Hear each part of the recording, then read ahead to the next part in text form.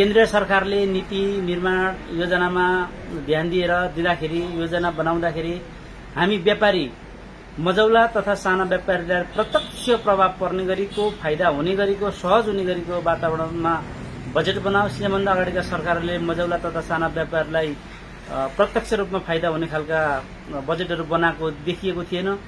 जहिले पनि ठूला व्यापारीलाई सहज हुने खालका योजनाहरू बनाएका थिए।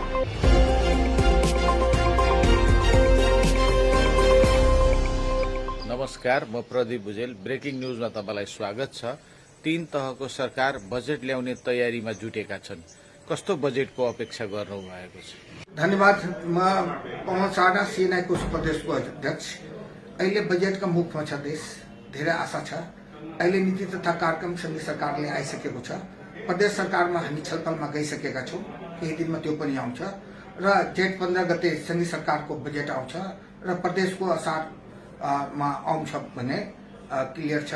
तो यो बजेटलाई हाम्रो सीमित स्रोत साधन छ हाम्रो मुलुकमा, त्यसलाई कसरी व्यवस्थित गर्ने, यो विगतको 2 दशकदेखि हाम्रो चाहना अनुसार निजी क्षेत्र चाहेको अनुसारले बजेट ल्याउन सकिएन, सरकारले आउन सकेन। त्यसको नीति त्यसको कारण के भयो भने युवाहरू पलायन हुने, यहाँ रोजगारको सृजना घट्नु र व्यापार व्यवसाय खस्दै गएको स्थिति छ। यसमा तपाईको हाम्रो यहाँ समस्या भनेको बढी धेरै ड्युटी छ, एक्साइज छ, इन्कम ट्याक्स छ, भेट छ।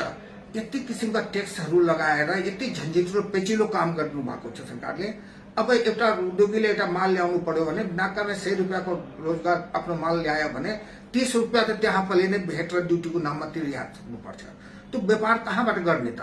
त्यो 30 रुपियाँको पहिले लागत आइसक्यो, आफ्नो कमाई कहिले हुन्छ भने सरकारले पहिले लिइहाल्ने। त्यही त मनोबल त त्यही खस्केको हुन्छ। र आज उपभोक्ताहरू पारीपट्टि गएर दुईटातिर खुला सिमाना छ। हाम्रो विराटभन्दा 3 किलोमिटर पारी जोगबनी बजार छ। त्यहाँ हेर्नुहोस्, बजारमा धेरै भिड हुन्छ। त्यहाँ 5% धेरै आइटममा जीएसटी भारत सरकारले घटाएको छ। हामी यो भेटलाई बहुदरमा लाग्नुपर्छ यो बजेटमा र ड्युटीहरू घटाएर एभरेजमा 15% को हाराहारी भन्दा बढी ड्युटी नगरिदियो भने डेली उपभोग वस्तुमा त सरकारलाई म आश्वासन दिन चाहन्छु, धेरै ड्युटी लगाउनु भन्दा कम ड्युटी लगाएर धेरै ड्युटी उसूल्न सकिन्छ। कृष्ण कुमार अग्रवाल हो। म नेपाल उद्योग परिसंघ कोशी प्रदेशको प्रदेश उपाध्यक्ष हो र अहिले हामी सबै व्यवसायी साथीहरूलाई बजेटकै एउटा प्रतीक्षा छ र नयाँ सरकार आएको राष्ट्रिय स्वतन्त्र पार्टीको सरकारले पनि बजेटको बारेमा धेरै आश्वासनहरू दिएका छन्।